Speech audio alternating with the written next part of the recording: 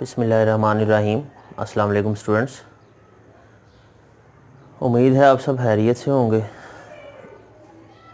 अच्छा, कल हमने जो है वो बात की थी ग्रेविटेशनल फील्ड के ऊपर। उससे पहले हमने लॉ ऑफ ग्रेविटेशन पढ़ा था और मैंने आपको बताया था कि हम मास ऑफ अर्थ को फाइंड करने का तरीका सीखेंगे। अब अर्थ जो है वो साइज़ में बहुत बड़ी है, ये तो आपको पता ही है कि अर्थ का साइज़ जो है वो बहुत ज़्यादा बड़ा है। तो इसका मैस फाइंड करने के लिए हमारे पास कोई फिज़िकल बैलेंस नहीं है जिससे हम इसका मैस फाइंड करेंगे, बल्कि हम कैलकुलेशन बेस्ड मेथड है जिसमें लॉ ऑफ ग्रेविटेशन का हमने इस्तेमाल करना है। तो उसको इस्तेमाल करते हुए हम इसका जो है वो मैस फाइंड करेंगे। तो इसमें जो है वो बेसिकली कुछ वैल्यूज़ हैं जो हमने यूज़ करनी है। जैसे अर्थ का रेडियस है, एक फ़िक्स वैल्यू है 6.4 इंटू 10⁻6 मीटर, ये फ़िक्स वैल्यू है जो हमने यूज़ करनी है। इसके अलावा जी ग्रेविटेशनल एक्सेलरेशन जो है स्मॉल जी है, जो 10 मीटर पर सेकंड स्क्वायर हम इसे लिखते हैं। और इसके अलावा जो ग्रेविटेशनल कांस्टेंट है कैपिटल जी, उसकी वैल्यू भी हमने पढ़ी थी 6.673 इंटू 10⁻⁻11 न्यूटन मीटर स्क्वायर पर किलोग्राम स्क्वायर। अच्छा, ये वैल्यूज़ हमने जो है वो यूज़ करनी है। लेकिन उससे पहले एक मैं आपको आइडिया दे दूं कि मास ऑफ अर्थ फाइंड करने के लिए हमने लॉ ऑफ ग्रेविटेशन का इसमें जो यूज़ करना है, उसमें मास अर्थ के साथ हम एक बॉडी, कोई भी एक बॉडी ले लेंगे जो अर्थ की सरफेस पे पड़ी होगी, और फिर इन दोनों के दरमियान में जो लॉ ऑफ ग्रेविटेशन का एक्सप्रेशन बनेगा उसको यूज़ करेंगे। और एक और पॉइंट जो मैंने कल आपको बताया था कि ग्रेविटेशनल फोर्स जो होती है वो किसी भी बॉडी के वेट की वजह बनती है। किसी भी बॉडी का जो वेट है वो किस वजह से शो हो रहा होता है, वो उसके ग्रेविटेशनल फोर्स की वजह से उसका जो है वो वेट शो होता है। तो वेट को हम यहाँ पे ग्रेविटेशनल फोर्स के इक्वल रख के तो फिर आगे चलेंगे। तो आइए हम इसको जो है वो कैलकुलेट करते हैं। जी, मास ऑफ अर्थ फाइंड करने के लिए हमने न्यूटन लॉ ऑफ ग्रेविटेशन को यूज़ करना है। तो सबसे पहले क्या करेंगे, हम कंसीडर करेंगे कि हमारे पास एक बॉडी है जो अर्थ की सरफेस पे पड़ी है। कंसीडर कर लें कि ये अर्थ है जिसका मास है me, और एक बॉडी है जो अर्थ की सरफेस पे पड़ी हुई है जिसका मास है m, और ये अर्थ का सेंटर लगा लें। अब बॉडी और अर्थ के सेंटर के दरमियान जो डिस्टेंस है that is equal to radius of the earth. ये वैल्यू जो है वो रेडियस के इक्वल है, और ई से हम इसको रिप्रेजेंट कर सकते हैं रेडियस को।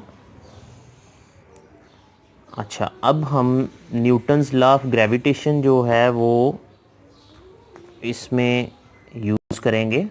अगर जो हमने मैथमेटिकल फॉर्म उस दिन पढ़ी थी वो थी F is equal to G m1 m2 over D square. इसमें m1 और m2 बॉडीज़ के मैसेज थे, और g जो है वो ग्रेविटेशनल कांस्टेंट था जिसकी फ़िक्स वैल्यू है, और d जो है वो डिस्टेंस है दोनों बॉडीज़ के दरमियान।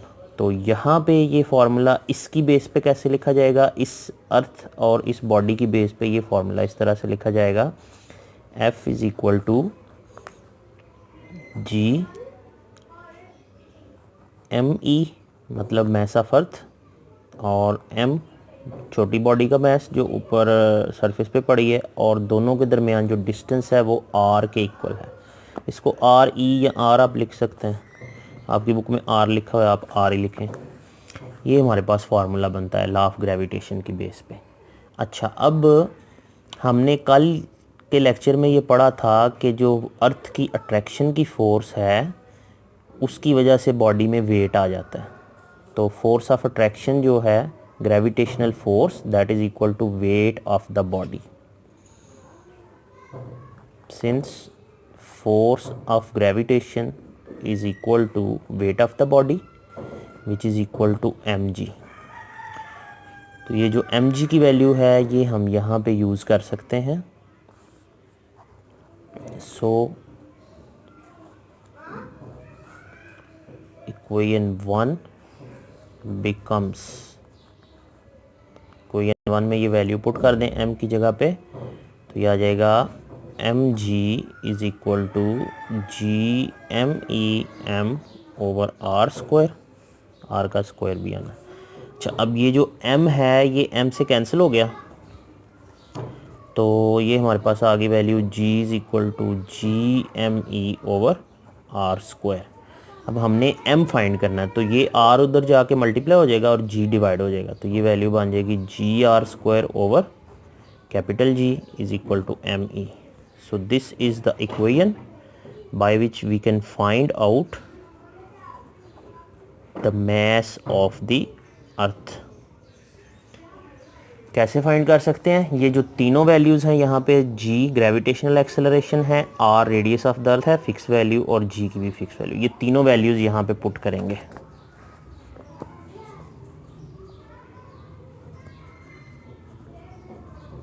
पुटिंग वैल्यूज़ पुट करेंगे किसकी? g की वैल्यू 10 मीटर पर सेकंड स्क्वायर, और r की वैल्यू रेडियस ऑफ अर्थ ये होता है 6.4 इंटू 10⁻⁶ मीटर्स, और जो ग्रेविटेशनल एक्सेलरेशन है ये उस दिन हमने पढ़ा था 6.673 इंटू 10⁻⁻11 न्यूटन मीटर स्क्वायर पर किलोग्राम स्क्वायर। ये वैल्यूज़ हमने पुट करनी है इस इक्वेशन में, इसको हम नंबर 2 कह लेते हैं। तो इन इक्वेशन नंबर 2, इक्वेशन 2 में ये वैल्यूज़ पुट कर दें। M E as it is आ जाएगा, जी की जगह आ गया 10 और आर की जगह पे आ जाना है 6.4 इंटू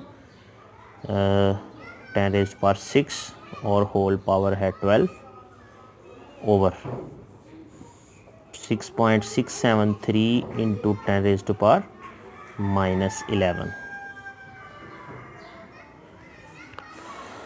अच्छा, अब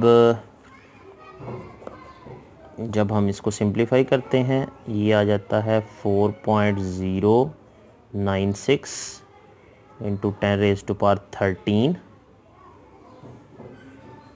और ये है 6.673 इंटू 10⁻⁻11। जब आप इसको डिवाइड करेंगे तो मैस ऑफ अर्थ आएगा 6.14 इंटू 10⁻24।